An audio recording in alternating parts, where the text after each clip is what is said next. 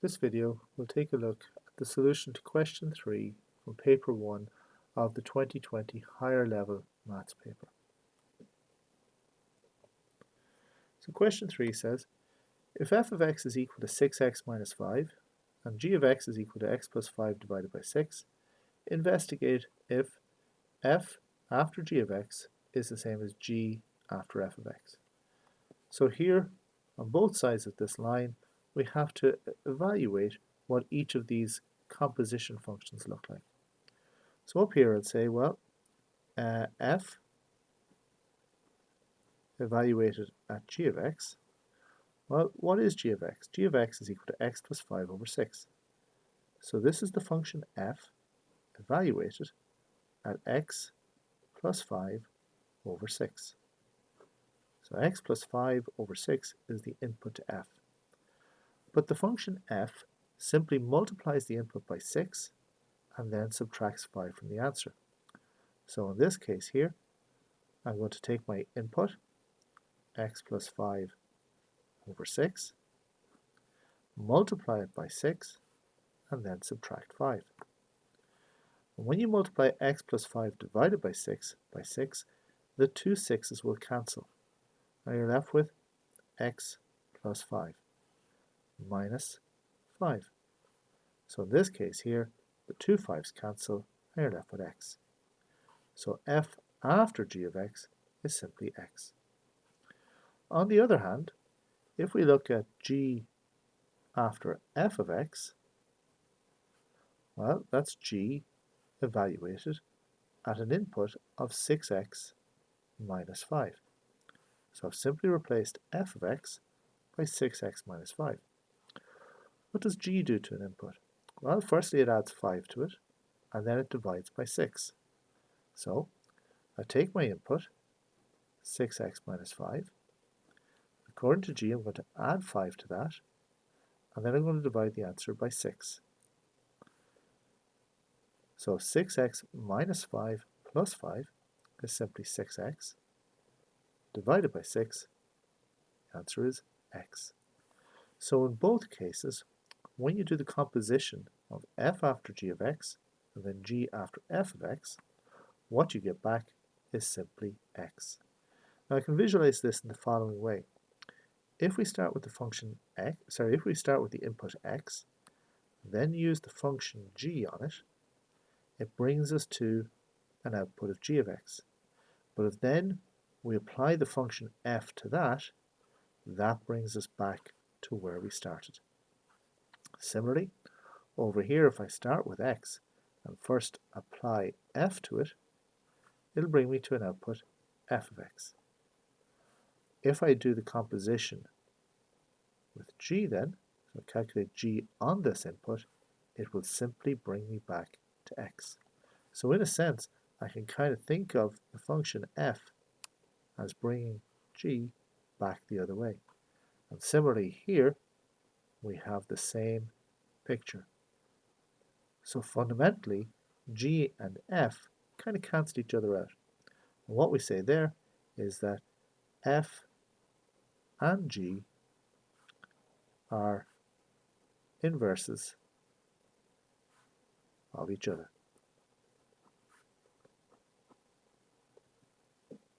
Okay, so that's the first part of question 3 done. The second part is quite different. Part B. The real variables y and x are related by y equal to 5x squared. The equation y equal to 5x squared can be rewritten in the log form. The log to the base 5 of y is equal to a plus b times log to the base 5 of x.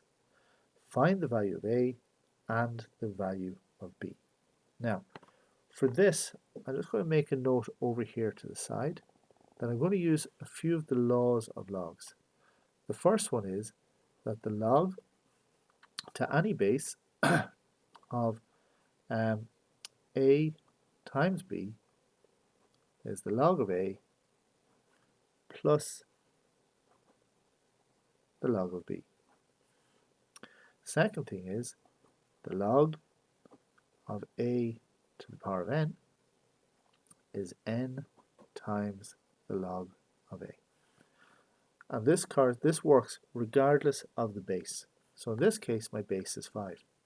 So if I start out with y equal to 5x squared, and I calculate the log to the base 5 of the left-hand side, then that should be log to the base 5 of the right-hand side. On the left-hand side, I have log to the base 5 of y. And on the right-hand side, I've got log to the base 5 of a product. It's 5 times x squared. But according to this law here, I can break that up. I can rewrite this as log to the base 5 of 5 plus log to the base 5 of x squared. So what we have here is log to the base 5 of y is equal to, well, log to the base 5 of 5, when we're looking at logs, really what we're asking is, what number, when you raise the base to it, will give you the value that's inside the brackets? Well, 5 to the power of 1 is equal to 5. So the log here is 1. Plus, well, log to the base 5 of x squared, whenever you've got a power inside the brackets, you can very simply multiply to the front by the power. So this here is equal to 2 times log to the base 5 of x. So now I have my equation written in the form log to the base 5 of y is equal to a, in this case 1, plus b, in this case 2, log to the base 5 of x. So down at the bottom of the page here, we're asked to put in the values for a and b. So here, a is equal to 1 and b is equal to 2. Okay, so there's quite a lot in that. And dealing with the laws of logs, it's important to know that these properties are available to you in the maths tables. Okay, so part C is the follow on from this. And here we're asked, hence or otherwise, find the real values of y for which log to the base 5 of y is equal to 2 plus log to the base 5 of 126 over 25 times x minus 1. Now, there are a number of ways of tackling this problem. For example, in the previous question, we had an expression for log to the base 5 of y is equal to 1 plus 2 times log to the base 5 of x. So it could set 1 plus 2 times log to the base 5 of x equal to this expression, solve for x, and that would give me a way of calculating y. However, I think it's a little bit easier if we tackle this directly. In other words, we know that the expression in log terms in the previous question is really just another way of writing y is equal to 5x squared. So maybe this also has a simpler version associated with it. So let's take a look. So what I have is log to the base 5 of y is equal to, and I'll leave a little bit of space, 2 plus log to the base 5 of 126 over 25 times x minus 1. Now, when you're dealing with logs, effectively logs and powers kind of work as inverses of each other. So if I raise 5 to the power of this, that's going to be equal to 5 to the power of all of that. And the reason why this is useful is that 5 to the power of log to the base 5 of y is just simply y. And if we use the rules that govern powers, we can break this up as 5 to the power 2 multiplied by 5 to the power of everything else. So it's log to the base 5 of 126 over 25 times x minus 1. We've got big brackets there. Now, that gives me y is equal to 5 squared is 25. That's nice. But 5 to the power of log to the base 5 of all of that, well, the 5 to the power of log to the base 5 kind of cancels out to leave you with 126 over 25 times x minus 1. Now, if you multiply in by the 25, you get y is equal to 126 times x minus, well, the 25 is still multiplying the 1, so it's minus 25. So here we have y is equal to 126x minus 25, and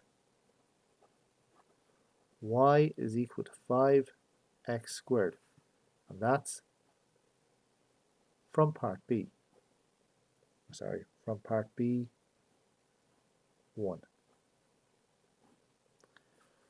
So as a result, if the two y values are the same, then what we'll end up with is that 5x squared is equal to 126x minus 25. Now really what we have here is a quadratic equation, so I'd like to get it in standard form. So that means subtracting 126x from both sides, so I'll have 5x squared minus 126x, and adding 25 to both sides, plus 25. On the left hand side, or sorry, on the right hand side, I'm left with 0. So as I said, this is a quadratic equation. A is equal to 5, B is equal to minus 126, and C is equal to 25. So the quadratic formula says x is equal to minus b plus or minus the square root of b squared minus 4ac all divided by 2a. So that's minus negative 126 plus or minus the square root of minus 126 squared minus 4 times 5 times 25. All of that divided by 2a, 2 times 5. So x is equal to plus 126 plus or minus the square root of. Now, 126 squared turns out to be 15,876 minus 4 times 5 times 25 is 500. Divide that by 10. So what we end up with is that this is equal to 126 plus or minus, well, when you subtract 500 from this, you end up with the square root of 15,376, all divided by 10. So x is equal to 126 plus or minus, well, the square root of 15,376 works out quite nicely at 124, and divide that by 10. So as a result now we've got two values for x.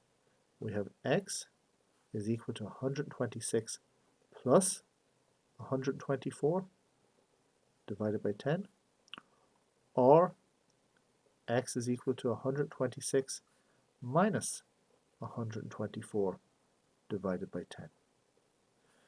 Now in this case here, x is equal to 250 divided by 10, which is 25, or x is equal to 126 minus 124 is 2 divided by 10, which is 0.2.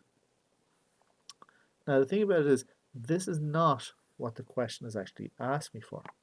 If I just go back up a second, it says to find the real values of y for which this equation holds. Now, so I need to find the corresponding values for y. And I have two ways of doing it. I can either use this equation here, or I can use that equation there. It's a question of personal choice. I'm going to go with this one here. So the y value is equal to 5 times the x value squared. So y is equal to 5 times 25 squared. So y is equal to 3,125, or y is equal to 5 times 0.2 squared. Well, that's y is equal to 5 times 0.2 times 0.2 is simply 0.2. And that represents the solutions the two values for y that will solve this equation. Now, small point here though is realistically though you should check that the values for x and the values for y will work in the original log equations, because there is a slight chance that you may end up with calculating the log of a negative number. But otherwise, these numbers are fine. Now what I'd like to do next is I'd like to take a look at this using GeoGebra just to again get some sense of the visualization as to what's going on here. So if I click back into GeoGebra, I'll click onto GeoGebra here. What I'm going to do is I'm going to draw the graphs of the two functions whose points of intersection we've just found. The first function corresponded to y equal to 5x to the power 2. Now you can see here we get a graph that's quadratic. The second function was y is equal to 126x minus 25. And we get a second line here. The problem with this is it's kind of hard to see. So let me just highlight the two in slightly different ways. So if I right click here, settings, I'll change the color to red, and I'll just make it a little bit thicker so it's easier to see. The other equation is a straight line. So what we're looking at here again, I'll change the color maybe to dark blue. I'll make it a little bit thicker as well.